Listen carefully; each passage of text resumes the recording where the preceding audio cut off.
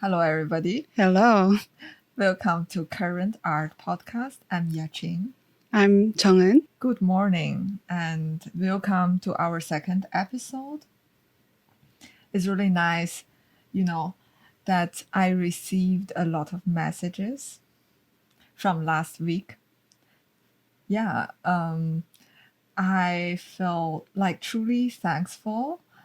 I received some messages from Berlin, New York is where we are at, and also London.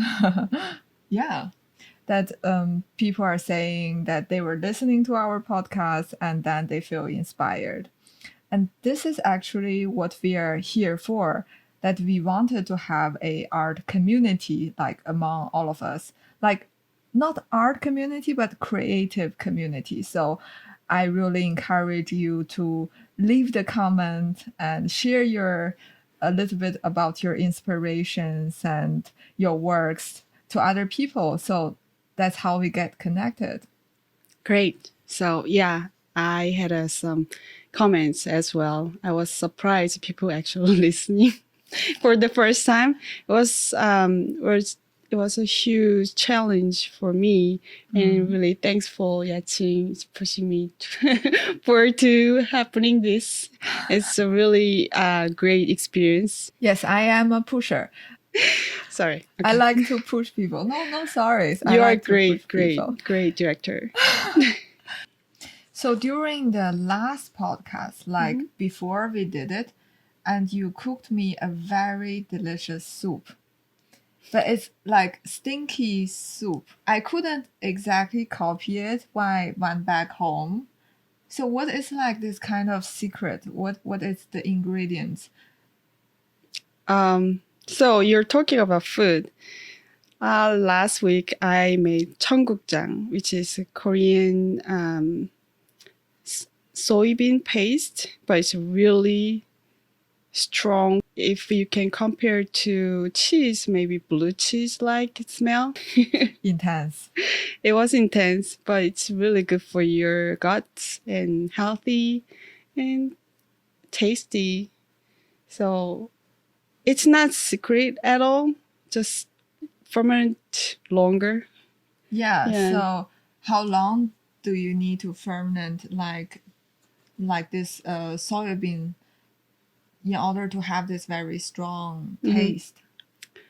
I have to research You about have the to process. research. So this is a But secret. yeah, it's different process than miso, or we call it just regular soybean paste. We call it 된장. And then 청국장 is more kind of advanced process. So 된장 and 청국장. Oh, you sounds great. 된장 and 청국장. 된장 and 청국장. So this is like two different soup, and it's kind of like forgiving. You can put different vegetables inside. Yeah, you can. Normally you put zucchini, Yes. potato, onion, but you can put anything you want. Yeah. So I had last time what did I do? Mushrooms, and I had tofu. So That's very interesting. So in China, we also have something like called stinky tofu, which you have to put the stinky tofu into the oil. I mean, if you will eat it on the street, I feel like the whole street can smell this kind of like very strong like smells of this tofu. And actually, today's podcast is about food. oh, that's why you're getting a question about food. I totally missed it. Great. Okay, so let's talk about food. Yeah, so we went to an exhibition. We visited the exhibition in Moma Ps1. It was happening last month. Yeah. So the artist's name is Rikrit Tiravanija. I hope I pronounce it correctly. Tiravanija. Tiravanija. Yes. And Rikrit Tiravanija. Okay. Yes. The title of the exhibition called A Lot of People. It is a very special exhibition because that is participatory. So they came together to cook a curry dish, like in the exhibition hall. And what do you think about this kind of experiences? I think it's really interesting idea. Your work is sharing food, but it's not remain. But interestingly, he actually left his like leftover seasonings and pots he used for the curry and some anything he used for having curry party with people. That was his remain artwork. It was a really interesting idea. Yeah, that's true. So when people entering the exhibition hall, that you actually see like all the leftovers materials, like the cup they use and the pot they use to cook the food is all being left over in the display glass. Yeah. And on the wall, there's like family portraits, but also the ingredients.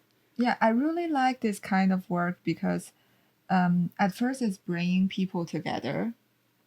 Like you have to cook it yourself, you have to taste it. It's not only just about visually seeing everything, but also about to experiencing that with your body.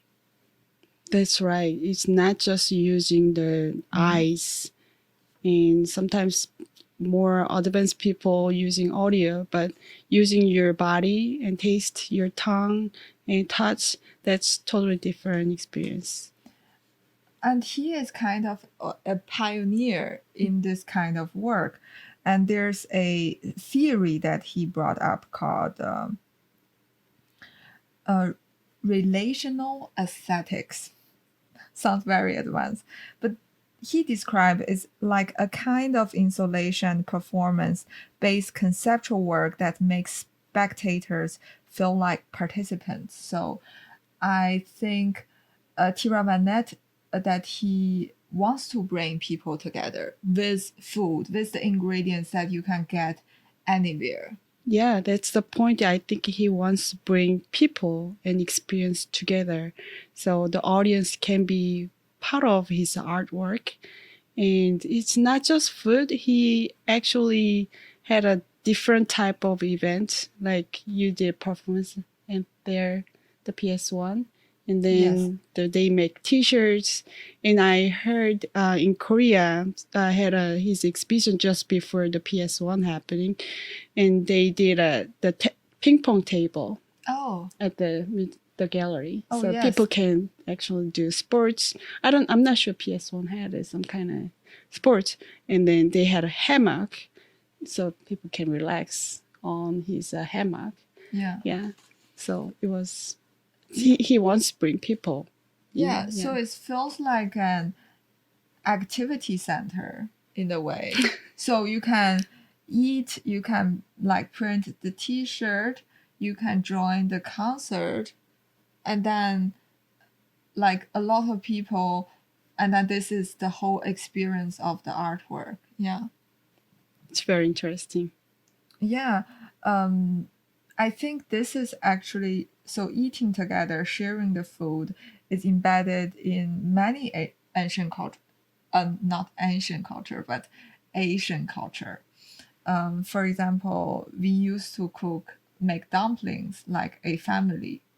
For example, my grandpa would make the dough, and my grandma would knead it, like kneading the dough, and my parents would make the fillings, and each of us we have been assigned a job to do. So it feels like a factory that a dumpling factory that we are making. And yeah, and it's all about like sitting all together. So instead, our table is actually designed in this way. We use a lot of round tables. So because of in this way, if you sit at a round table, you can see each other's face, right? So you feel like you're part of the conversation and you're part of this routine. And it's also bring you like a ceremonial kind of feeling. Yeah. Right. Round table makes more people can around together. Yeah, Like yeah. So so it's yeah. like people are around you. It's Mhm. kind of like a family. Like, yeah. It's also easy to share, so you don't have to reach over to the other direction.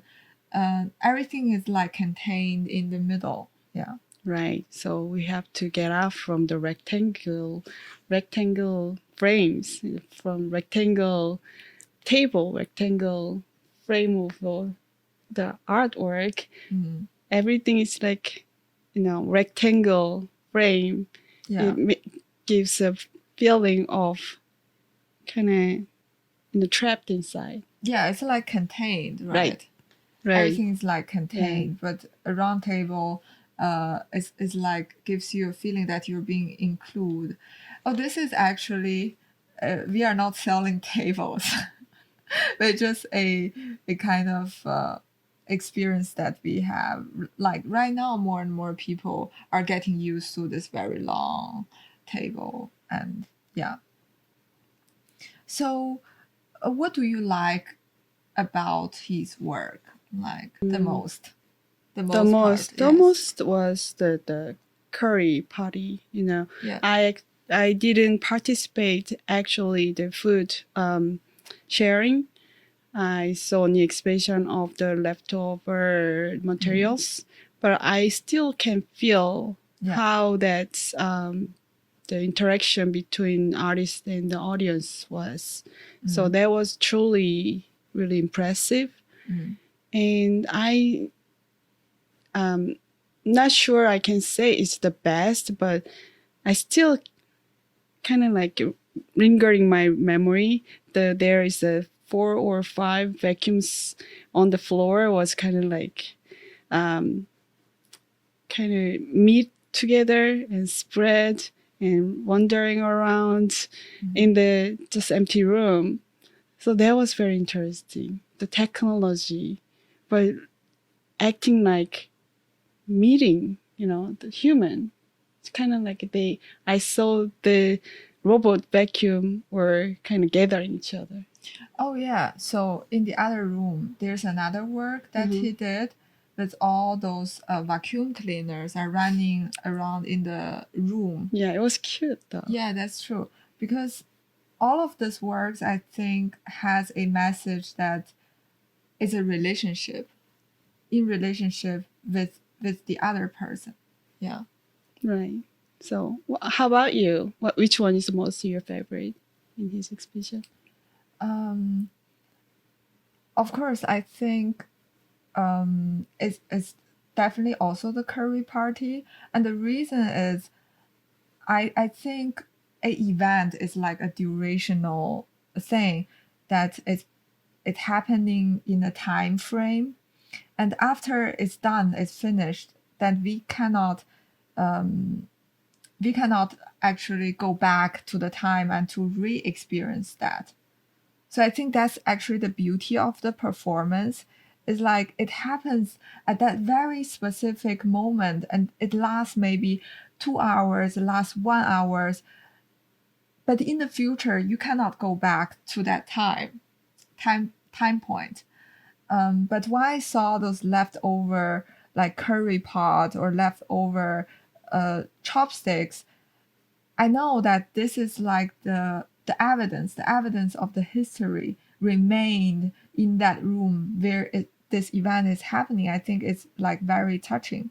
And the other piece I remembered is like his passport. So there's one room that he's actually showing all of his travel evidences. As a person, like I also like to travel a lot. I lived in different countries. Like I lived in India for 6 months. I lived in Turkey almost a year. In Germany for 3 or 4 years.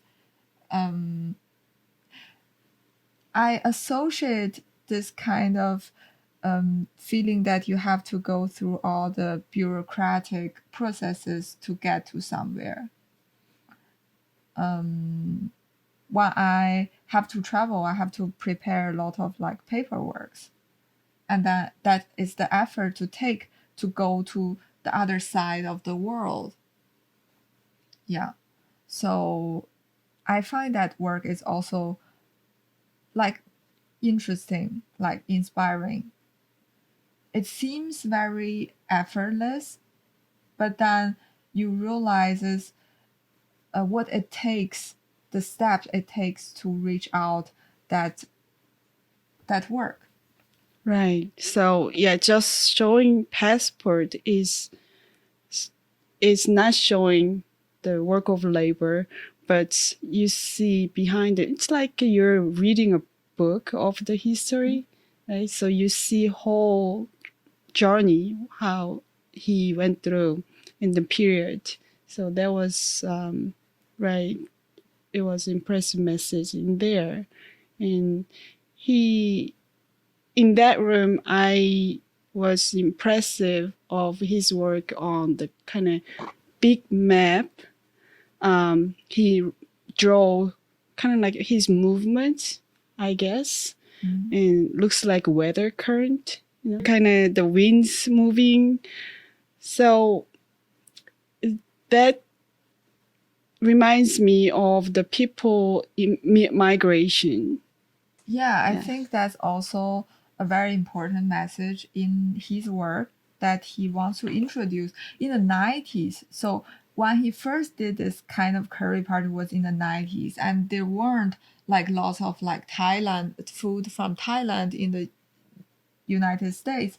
So one of the reason that is like he wants to introduce like his hometown food to a larger audiences. Definitely showing his identity.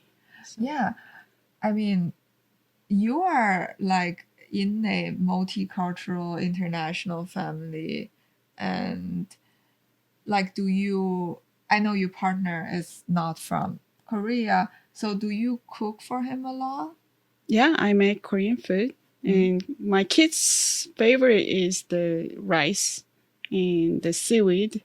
The Koreans love like a kind of dried seaweed and marinate with a little bit of salt and sesame oil. That is a kid's favorite, and yeah, because it's kind of sweet and it makes, I don't know, it's easy to eat.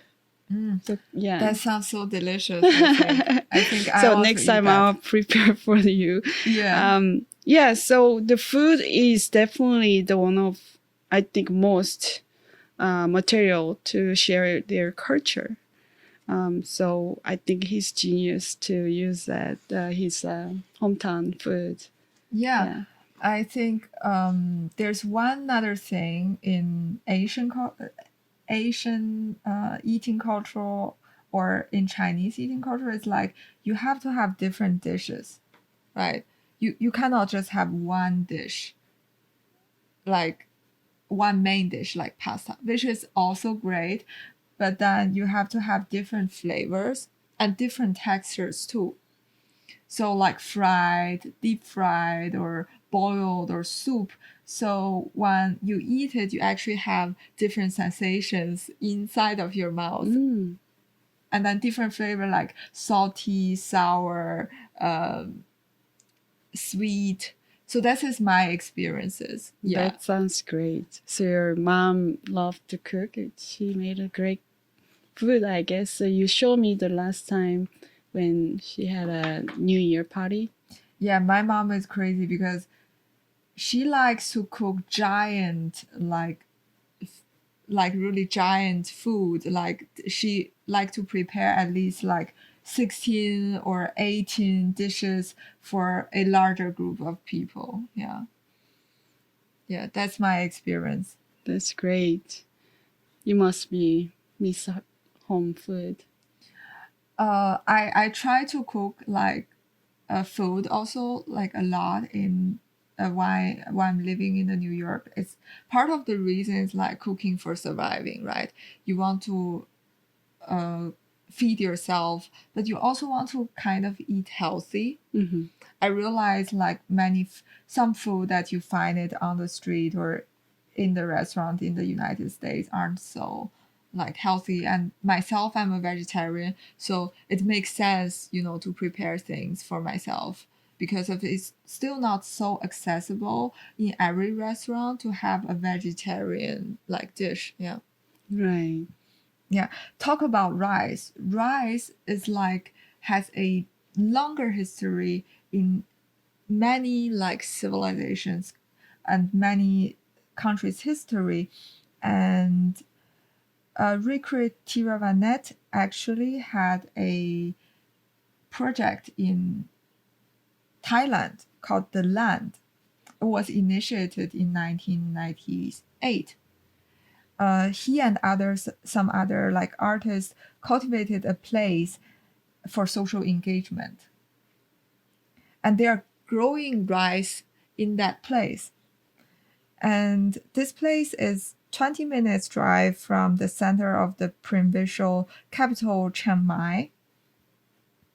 Because of the rice farmers are having difficult times in that area due to the levels of floods and high water level, and rice farming has not been very productive. So they're coming up this idea of redeveloping that area, like use some biomass and use different technologies and try to create a space like a living environment, which is not which is an open space, like certain intention towards the community and towards discussions and experimentations of the space. That's interesting. I didn't know that project, but yeah, he's definitely tried to involve with the communities. And I want to talk about rice a little more. Yeah. So in South Asia has different type of rice than what I'm usually having. The Japanese and Koreans more toward to the sticky rice, which is the sushi rice. Yes. But I know they more kind of like a jasmine, long grain, and not too sticky rice. Yeah, which is really perfect match with the green curry. Yeah. Oh. Yeah. How about you? That. I'm like very forgiving. I like to eat any type of rice. Like I love making porridges, and because that is actually very heartwarming dish which you can make very easily at home with mushrooms. Mushrooms are my favorite. And it's very interesting.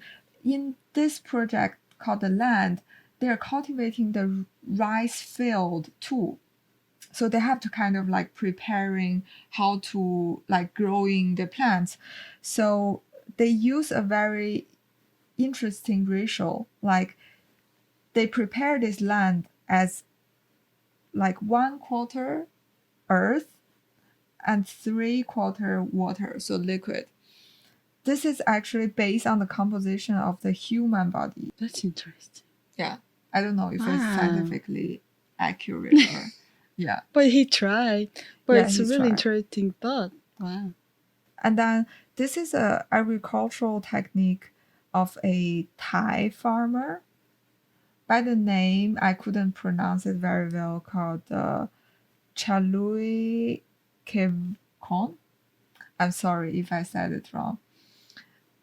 So, I think as an artist, I feel like we can really collaborate with different peoples in different industries. Like they don't necessarily need to be all artists to work with. I think that he's giving us a very interesting idea that is multidisciplinary, cultural in modern society, like how people work in the creative field, like collaborating with farmers, with scientists, with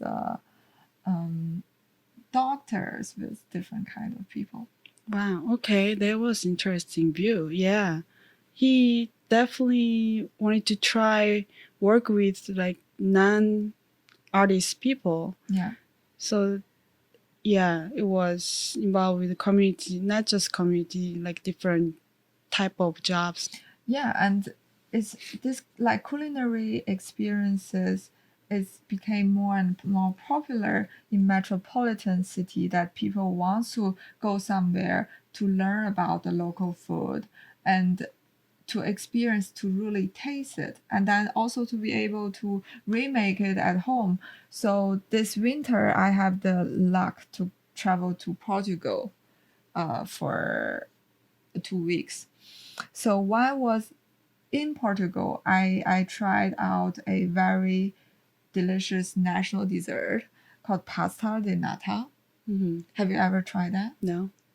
Yeah, Sounds delicious. it's like it's those, like, how do you call like those kind of dough they use in croissant? Pastry? Like this pastry, and inside is the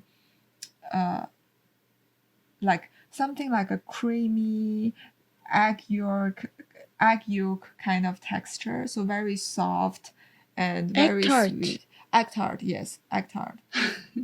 Macau has great, delicious Yeah. egg tart. So it's Yeah. actually from Portugal, originated in Oh, Portugal. I didn't know. And it's, so I myself, I fell in love with this pasta di nata, and I really want to make it for my, I don't know, for my friends, for my family. I haven't started yet, but then when I was traveling to Porto, I learned, I joined a workshop called Pasa de Nata workshop.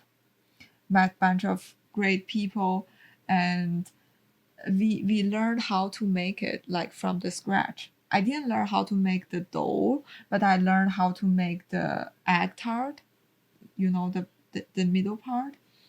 And it's an interesting process where we sit together, and then we learn, but we also, and then we taste, but we also talk a little bit about the history of the food. Yeah. Right, talking about food, I'm starving right now. It made me hungry. Yeah, that sounds great. I think that is actually a great example. Mm-hmm. Like people want to have this kind of experiences, and in the public space to connect with the people that you haven't met, right? And this is actually kind of like a initial thought about our podcast. We want to make dumplings for all of you. Right, that was the starting idea. So we wanted to make some kind of food together. Yeah. And let's talk about what we are thinking about. Yeah, maybe in one of the episodes, it was not just about like our life and art. It's actually just about food, like sharing how to make those things. So it's something like a YouTube tutorial. Tutorial how to make a food and sharing. How to make dumplings. Oh, I see. Yeah, how to make dumpling. Yeah. And we can show different type of dumpling by like country. The Korean dumpling, we call it mandu. And then what is that? Bao? 饺子 is dumpling. And I think there's a great significance in the food cultural, because how do we learn cooking? We actually learn cooking from now we have YouTube that we can learn it from everybody. But I think in the past, before the internet time, which shows like, our history, but we learned it from our grandma. There's always like a grandma recipe, like mother recipe that you pass down generation to generation. Right. This is actually very touching. Yeah, it is. That's a great idea. We definitely have to do it. Have you ever learned a recipe from your family that you're still cooking right now for your kids? And I don't remember anybody gave me the specific recipe. Yeah. But whenever my grandma or my mom cooking, I was always next to them and watching how to put some together make a soup or make a kimchi. But yeah, because in Korea they didn't have like a specific measuring system, so it just used the spoon, and then it's just by eyes. Everything is by eyes. So back in the day, I mean, still like old people making that way. So yeah, I didn't have a recipe, but yeah, everything is online now. We have a really great detailed information. So yeah, I'm following them. Yeah, that's true. YouTubers. That's true, because I feel like whatever I was cooking with my friends, and they asked me, how much salt do you put? Like, how much rice? How much water should you put in the pot? I was like, yeah, just at the right amount or a little bit. But we don't use like something like a teacup, or those kind of measuring unit. Yeah, many people are like non-Asian people who's not familiar with making rice. Yeah. They really confuse how to measure the water above the rice. Yeah. So we can tell little bit of how to make rice now. How do you make rice? Do you make rice? Yeah, I make rice, but not so much with rice cooker right now. Okay. I just make rice with like I do it very forgiving way. I rinse my rice. Every time when we eat it, we have to rinse it. And then I would make it a little bit above the water, like, I don't know, maybe half the size of the rice. Half the size. The water is like half of the size of the water above the rice. It really depends on what kind of tool you use. If you use just regular pot, you might need a little more water. Then usually I use the pressure cooker, more kind of stickier. So when I use 1 cup of rice and rinse it out, and maybe 0.3 times. Yeah. Yeah. So 30% more than rice I use. Oh, 30%. Yeah. So you use 50% more? 50% more, I think so. Okay. So it depends on what kind of tool you use. It really also depends on my patience. It's like how much water. Okay, today I'm going to really see it and then feel it or not. Yeah, but it's really tricky. You make rice with the pie. It's really hard to make it actually. Sometimes it burns down, the bottom, and then it's not cooked on the top.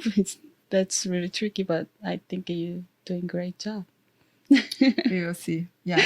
Use a pressure cooker. They do everything for you. Yeah, that's true. That's true. This is our like a core message of this podcast is like, if you want to cook rice, better with a pressure cooker rather than just a pot. I guess like this kind of podcast, it's really a conversation between us and the audiences. Like also this kind of performance that the artists create, they don't need to have like certain specific skills to offer people such an event. So I realize that as an artist, you cannot wait for a perfect moment, because that moment really doesn't exist. So this is a really another topic that it's popped up in my mind. In our time that we are being exposed to different mediums of art practices. So myself, I make drawing, paintings, like visual arts, but also I learned like dance. I learned movement. And I also learned a little bit about filmmaking. I think if I would wait to hone my skills and then to let it become perfect, then present it to the audiences, it would wait for like 20 years or 30 years. It will never become perfect. There's always somebody that have a better skill than you. There's always people cook better curry than you, make better rice than you, like make better dumplings than you. But then you couldn't wait until you're perfect to do that thing. Yeah. It's a really important message.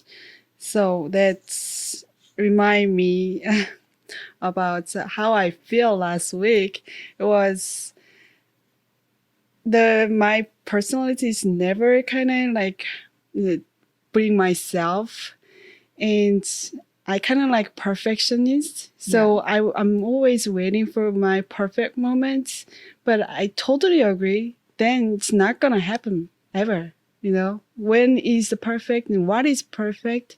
Even though it's perfect, but there's Yeah. always somebody is going to dislike your work. There's always exist, right? Yeah. So I think I want to say a little more about my feeling last week. It was really grateful. It was appreciated from you because myself, I couldn't do it myself. And it was really kind of miracle to me because it wasn't not like by my strength or willing. It was universe. I feel like kind of I said it before we started rolling. It feels like universe is helping me to go for this direction. So it will give me hard time to adjust, but this is like a little bit pushing of my boundary. It will makes me growing, and then I'm sure other artists as well. They always will think about their perfect moments, but you don't have to wait. It's just, I truly agree with you. You have to just show yourself. Yes. Yeah. The thing is, you don't have to be a perfect artist to paint and draw, and you don't have to be a perfect dancer to move, and you don't have to be a perfect public speaker in order to talk. You can start at every moment. You see every moment as a practice, right? As a practice towards your goal. And That's then, right. so you're learning from your experiences, and that's the most important. And we couldn't ask for a result of every single thing. So for example, I did a dance performance with my collaborator yesterday night. I couldn't expect everybody in the room would like it, and I couldn't expect, oh, so that something big is going to happen, and then it will help me like advance in my career. I don't have those expectations because this is just an event. The fun part is not to get something you wanted immediately, but it's actually to enjoy that like little single moment. Like my job was not to make everybody amazed by my artistic skills or something. It's actually, I did my job. I go there, I be very concentrated on the music and read the room, and I dance with my limitations and with my flaws. I learned Buto dance in Berlin in 2018. Well, I'm already an adult. Like I couldn't do certain ballet movements spinning around. I could never do that things. I will try to learn those like skills because it will strengthen my body. But I realized that I couldn't never be perfect in dance world. But this is what it is, you know. I accept it. I reconcile it within myself. You know, it's all right to not be perfect. That's so wise and sweet. Oh, Yeah. wise. I don't know if I'm wise. You are. Yeah, I think I'm still too young for this title to be wise. But I think all about those food experiences is something similar. Of course, you don't have to cook like a perfect meal to eat with your loved ones, right? As long as there's like love, as long as you put the time in it, and it will be a great experiences, and we can kind of take that package, like this baggage, like heavy things, heavy responsibility, duties, like off the shoulder. It's not about all of those expectations. It's about how could I find enjoyment in single moment, like the small things. Like this author Linda Barry says something like, the ordinary is extraordinary. Like those small things are important. So we are enjoying this moment. Definitely. Yeah. I'm enjoying. It's really a great feeling. And I realize that, like, when we are having a podcast, the ultimate goal of ourselves is not try to entertain audiences the whole time, but actually is try to accompany you. You know, while you are cooking, when you're reading a book, maybe not reading a book, but when you're in the public transport, that you know that our voices will always be there. Oh, our voice is gonna be suit you. Yeah, sit with you, like every Sunday at 10 a.m. So we will release a new episode. And those episodes, they weren't going to be perfect. Yeah, every time we're gonna try to improve, but if you don't like it, then you don't like it. You don't like it, but you can still subscribe. But please subscribe our channel so artists support artists. Artists support artists, such an important messages. And I feel specifically very touched by so many messages that I received from the last week. I know we might be very far away. I'm very far away from you. Might in Berlin this time, you might in London, in China, in any other cities, like sitting in different rooms and sitting in different chairs and doing different activities. But I feel like there's a moment that we connect with each other. That's so sweet. Thank you. Truly thankful to whoever audience listen to us. But you have to subscribe and you have to follow us on Instagram.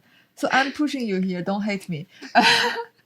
Yeah. So our Instagram channel is current CURRENT .art podcast. Yeah. And we are available on YouTube podcast, which you can watch the videos, and YouTube Music and Spotify. That's right. Subscribe. It will help the algorithm. Yes. The subscribing, and then you have to watch. Yeah. Whole thing. Don't skip. And also, if you can leave the comment, I will also be very thankful, because it's always important that you let me know what do you want to hear and which topic is actually relevant in your life. You know what? Your supports are our motivations, and your wishes are my commands. So I would even go that far to convince you. But you know what? I truly happy that we are together sitting here at the moment doing this. Same here. So I wish to see you next week. You have to come. And thank you so much again. Thank you. See you next week. Bye-bye. See you next week. I'm gonna make a sundubu jjigae. Really? What's that? The sundubu, the tofu, but it's very soft tofu soup. Oh my god, I have to eat that. Yes. Yeah, let's cut. Okay. Let's cut. 3, 2, 1.